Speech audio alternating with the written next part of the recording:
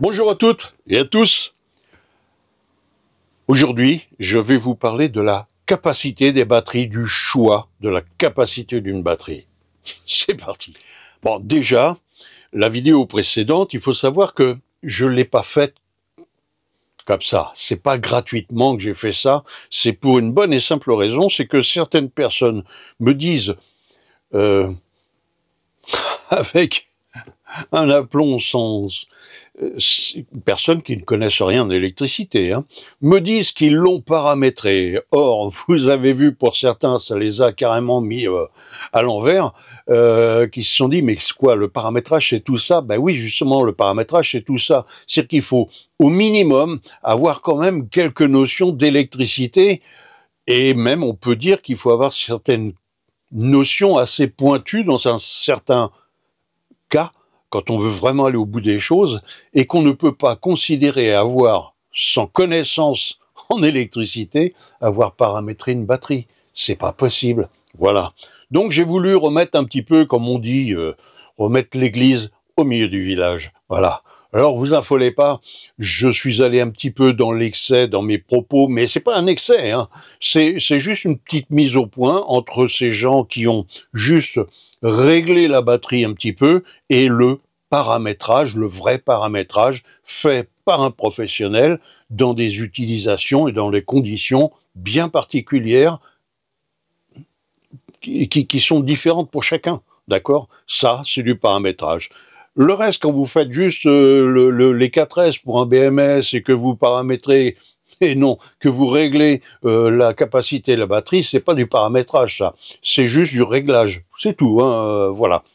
Allez, c'est bon, je referme la parenthèse et on continue là-dessus. Alors, on va choisir une batterie. Alors on se dit, j'ai une batterie plomb, j'ai une 100 ampères-heure par exemple, je vais donc prendre une batterie LFP de 100 ampères-heure. Non, non. On peut prendre aussi une 200, on peut prendre aussi une 300. Et justement, qu'est-ce qui va faire que l'on va choisir une 100, une 200 ou une 300? En tout cas, si vous prenez l'équivalent de ce que vous aviez en plomb, en ce qui me concerne, je ne vais pas prendre l'équivalent de ce que vous aviez en plomb. Et je vais m'expliquer. Quand, déjà, première chose, ce qu'il faut comprendre, et ça c'est énorme, je vais prendre l'exemple d'un réservoir. Vous avez un abreuvoir pour des animaux, vous avez une source, d'accord. Votre réservoir, vous vous dites, tiens, les animaux, ils viennent boire, où j'ai de plus en plus d'animaux dans mon champ, voilà, et j'ai besoin d'une certaine quantité d'eau. Mon réservoir, il fait 100 litres, et bien ce que je vais faire, pour que mes animaux puissent boire, je vais mettre 200 litres. Jusque-là, tout va bien. Sauf que, qu'est-ce qui remplit les réservoirs? C'est la source. Est-ce que la source est 2 fois plus performante pour autant? Si vous avez la même quantité d'eau qui coule, vous pouvez bien doubler votre réservoir. Vous aurez toujours par jour la même quantité d'eau.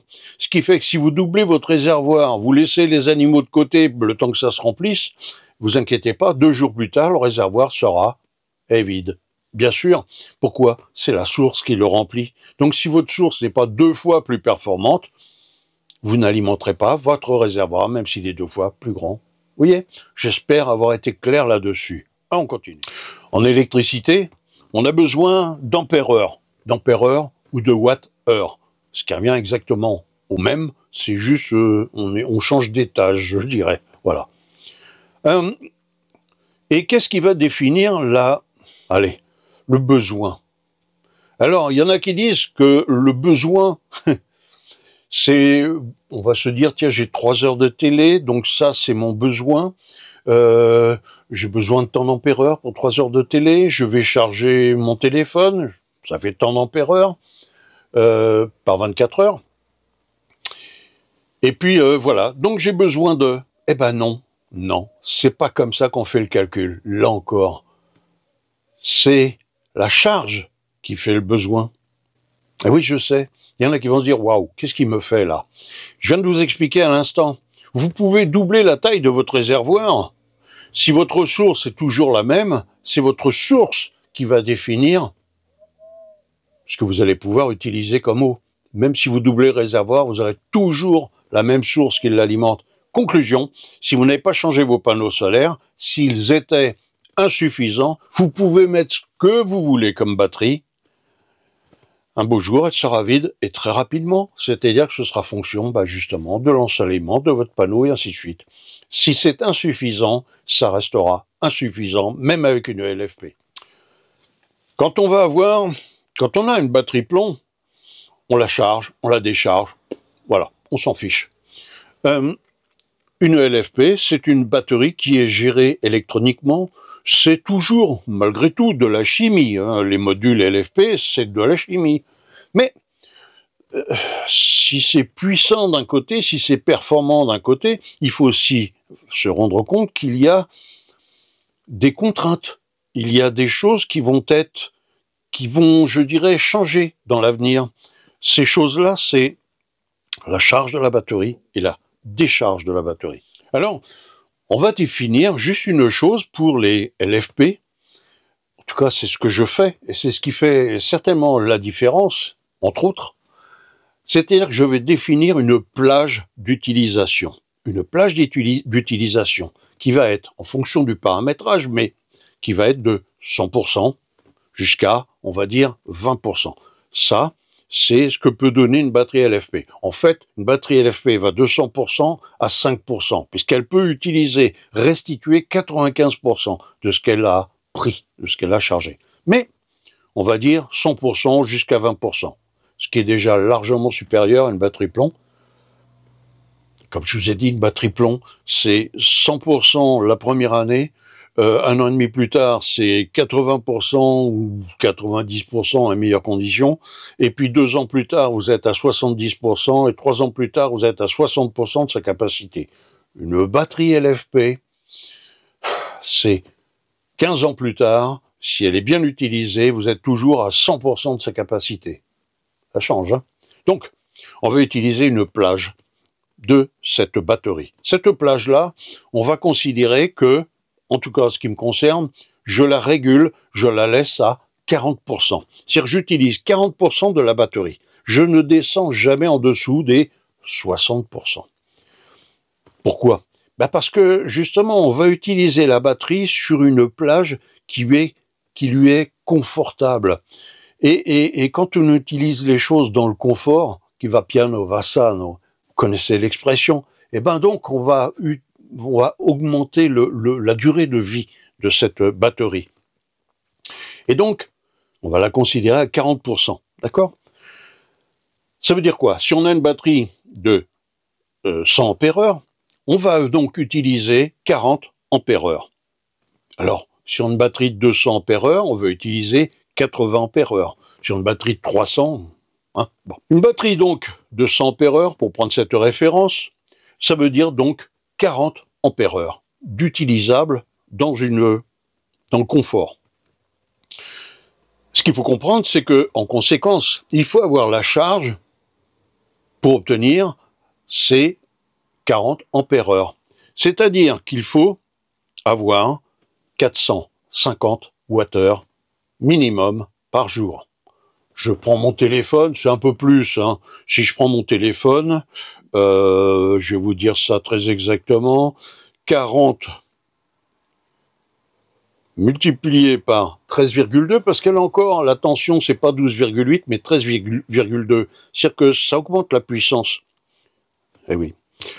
Et là, vous voyez, j'ai 528. Voilà, ça me donne 528 Wh.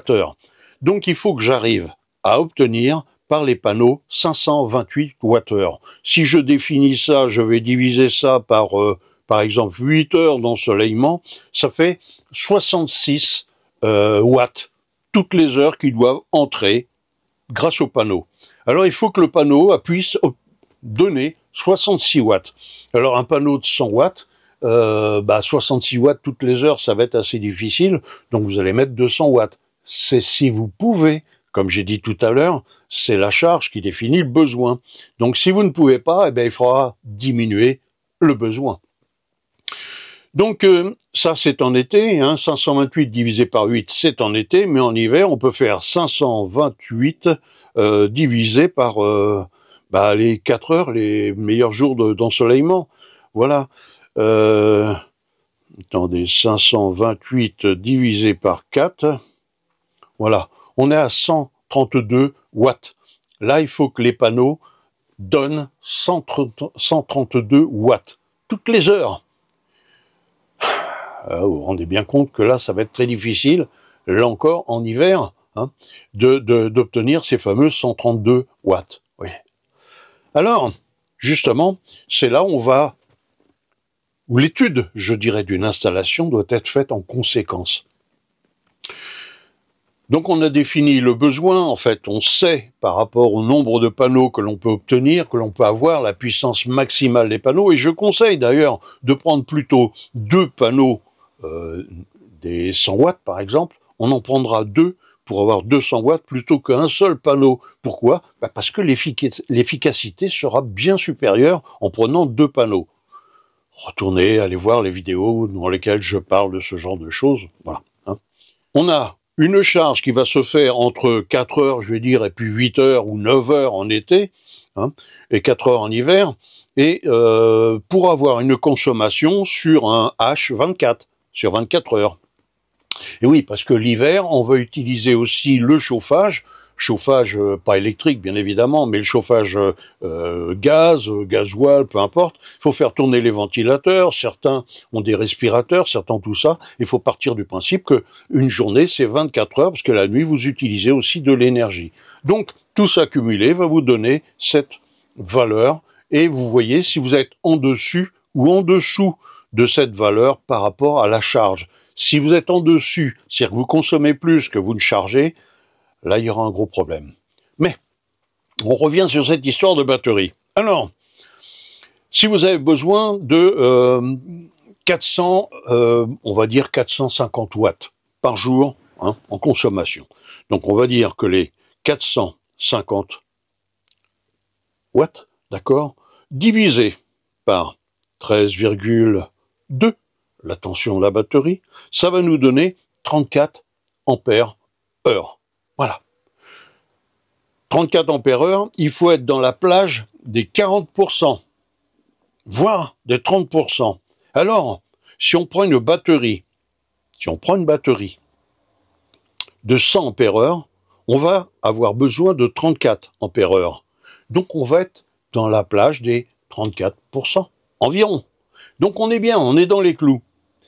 Sauf que si on consomme beaucoup plus, si on a plus de panneaux, plus de ceci, plus de cela, il va falloir partir du principe qu'on va avoir, par exemple, si on a le double, c'est-à-dire 68 ampères heure, besoin de 68 ampères heure, eh ben, il va falloir prendre une batterie, non plus de 100 ampères heure, sinon on utilise les 68%, d'accord?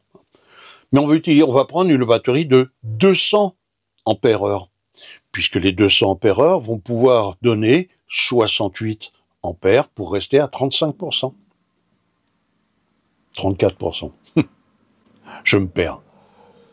Les 68 ampères heure sur une batterie de 200 ampères heure ne donneront jamais que 34%. On restera dans la plage. Et ainsi de suite. Si on prend une 300 ampères heure, vous m'avez compris, c'est-à-dire que cette chose-là doit être prise en compte avec cette petite subtilité qui est que 1. Le panneau solaire, ou les panneaux solaires vont devoir charger pendant ce temps-là aussi, mais en plus, ils vont peut-être, et c'est là où c'est bien, ils vont peut-être fournir une intensité supérieure aux besoins, ce qui fait qu'on va utiliser non pas les 30 et quelques pourcents de la batterie, mais on va utiliser 20% de la batterie, plus 10% par exemple de panneaux solaires. C'est-à-dire qu'on a augmenté la capacité de décharge, je dirais, les possibilités de décharge, ou on aura diminué le taux, la plage de consommation, d'utilisation de la batterie. Je ne sais pas si j'étais assez clair, je vais essayer. Voilà. Voilà ce que ça veut dire. Voilà pourquoi on choisit une batterie. On ne choisit pas une batterie à une certaine époque, malheureusement. on disait, bah oui, vous allez mettez une 100 ampères-heure, voilà. Mais on cherchait pas à savoir pour qui, pourquoi. Aujourd'hui, beaucoup se trouvent dans cette situation, ils se disent, ouais, ben, ma batterie, elle est morte, elle tient pas le coup. Non, c'est pas qu'elle est morte, c'est pas qu'elle tient pas le coup. Rappelez-vous les soirs des bacs, hein, des abreuvoirs. Si la source n'est pas bonne, elle donne pas assez, vous pouvez bien augmenter votre bac, ils seront vides au bout d'un certain temps puisqu'il n'y a pas assez d'eau qui arrive. Et bien là, ce sera la même chose. Il faut juste partir du principe que, comme je l'ai dit, le besoin est fonction de la charge. Donc, ce choix de batterie, il y a 2 points essentiels. Le premier, c'est l'utilisation de cette plage de batterie. Donc, on reste dans les 40% de la plage. Et le deuxième, qui est la charge des panneaux solaires, ce que vont pouvoir donner en ampères les panneaux solaires, ou en ampères-heure dans le temps, ou en watts-heure dans le temps. Voilà. C'est ce qui va faire toute la nuance. Donc, n'allez pas mettre, et arrêtez, j'irais dire, de mettre une batterie sous prétexte qu'elle fait 150 ampères-heure. Ouais, ça devrait être suffisant.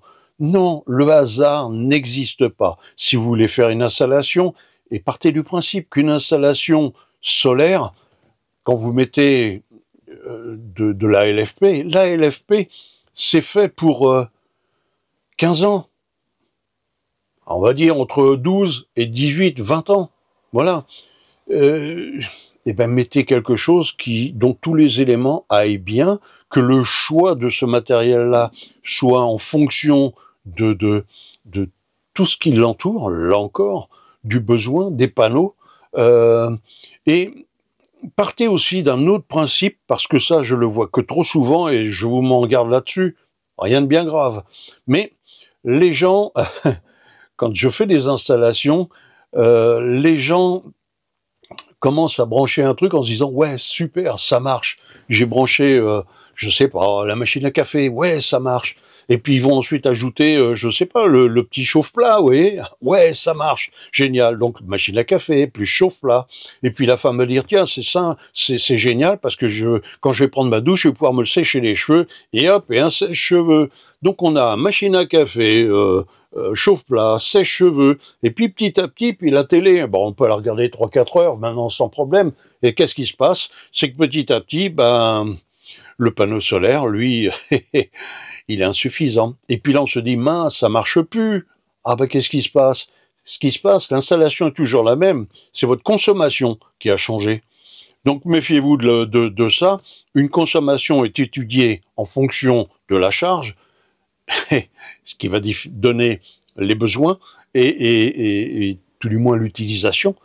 Et après, il faut rester à ça. C'est-à-dire que si c'est prévu pour, je sais pas, j'irais dire 900 Wh, eh ben c'est 900 Wh. Il faut faire avec après. Voilà. Mais une installation bien conforme, vraiment bien étudiée, c'est quand même beaucoup plus performant que ces vieilles installations sans réflexion, en disant « Ouais, je vous mets un panneau solaire de 150 watts ou 120 watts, je vous mets une batterie de 150 ampères, je vous mets un régulateur machin chouette de temps. » Sûr qu'on s'en fout, hein. On met n'importe quoi. Ce qu'il y a, c'est que les gens pensent qu'ils ont un panneau, un régulateur, une batterie. Eh ben c'est super, on a ce qu'il nous faut. Ben non, c'est pas super, c'est pas, vous n'avez pas ce qu'il vous faut du tout. C'est que ça doit s'étudier et c'est pas n'importe quoi. Voilà où je veux en venir. Il y aura peut-être d'autres vidéos sur le sujet. C'est déjà bien chargé là. Je vous ai encore préparé les aspirines là. Hein. Mais je pense avoir quand même bien cerné le truc. Là encore, c'est juste pour éviter des erreurs de certaines personnes qui se disent, qui pensent avoir fait ce qu'il fallait en ayant choisi ça parce qu'ils voulaient ça, pas parce qu'ils ont réfléchi à ce qu'il fallait, mais voilà, ils voulaient ça, ou tel panneau, tel ceci ou tel cela, et qui ont fait n'importe quoi. Voilà. Ouf, pas facile, hein. Bon, je vous remercie d'avoir suivi cette vidéo. Allez-y, partagez-les. C'est comme ça que ça fonctionne, ma chaîne. Et puis, Voilà, si vous avez des questions, surtout, alors là encore dans les questions, posez-moi des questions, mais donnez-moi certains éléments. J'ai eu beaucoup là de commentaires où les gens me posaient des questions, mais sans éléments. J'ai répondu à une personne, oui, moi je veux bien vous répondre, mais j'ai aucune valeur, j'ai rien du tout. Comme j'ai dit, comme exemple, voilà, j'invite des amis, j'ai acheté de la viande, des légumes, du sel, du poivre, une bouteille de vin. Est-ce que j'en ai assez? Ben, si vous trouvez quelqu'un qui puisse me répondre, comme ça, hein, il y aura du boulot. Hein. Voilà. Donc me posez pas ce genre de questions, je ne peux pas répondre, on perd du temps. Voilà. Merci d'avoir suivi cette vidéo, faites partager, et puis je vous dis à très bientôt.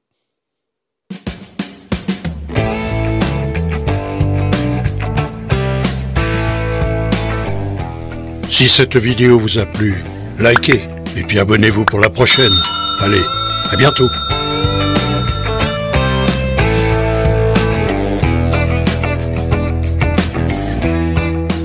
Attention les doigts.